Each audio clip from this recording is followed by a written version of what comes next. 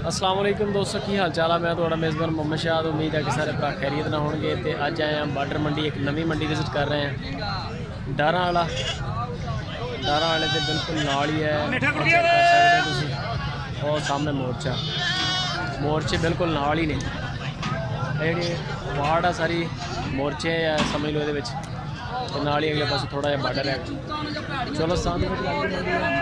चौलस्तान पे सारा और लाहौर हो गया, कराची हो गया, बड़े बड़े शहर माल जोड़ा इतों ज़्यादा जाता।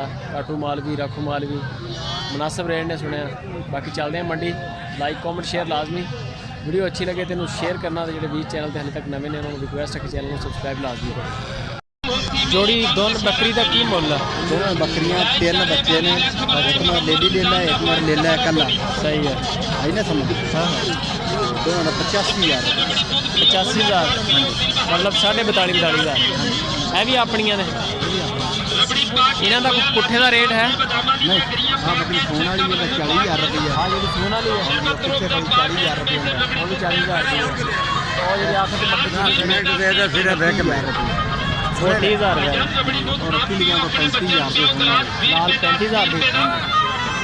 सही है जी आ सिंगा वाली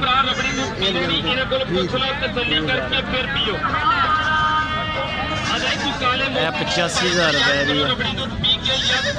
2 बकरियां भारियां बकरियां। छोटे बच्चे वो बकरी दे ने की मुल है बकरी का? तो बच्चों का बकरी 35,000 35,000 रुपया।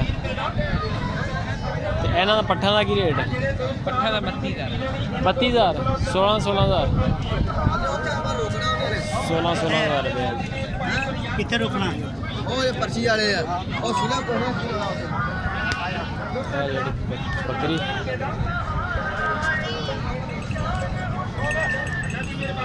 अच्छे ने 35,000 रुपये। हावी दे रही है। यदा की मुल कर रहे हैं? 32,000 सोन वाली है या 2 महीने रहते हैं? अच्छा 2 महीने हो कब्बन हो।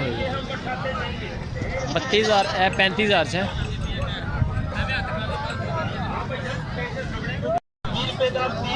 बकरी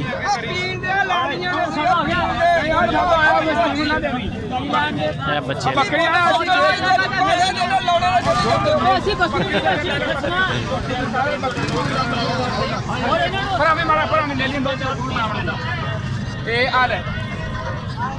की मुल कर रहे हैं इन्हों का? 28,000 रुपया माशाल्लाह। नंबर शंबर है अपना कोई? नंबर बोलो तो फोटो एनू करी चक चक के 0306 हाँ 127 केड़ी जगह के रहने वाले? 117 व्यापारी है। सही हो गया। तुसी ली है अपनी? किन्ने दी बेची है? बेचती है? बेची को नहीं बेचनी है। अच्छा बेचनी जोड़ा है ये तो मगर भी जोड़ा है। की मुल कर रहे हैं? इनका भी 28,000 हमारी ले लेना है। दोनों ले लिया ਇਹਦਾ भी 28,000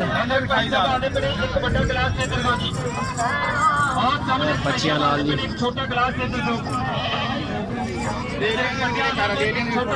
28,000 पैसे भी।